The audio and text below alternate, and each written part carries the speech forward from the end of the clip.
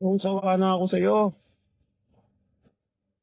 Tuwing nag-aaway tayo, lagi na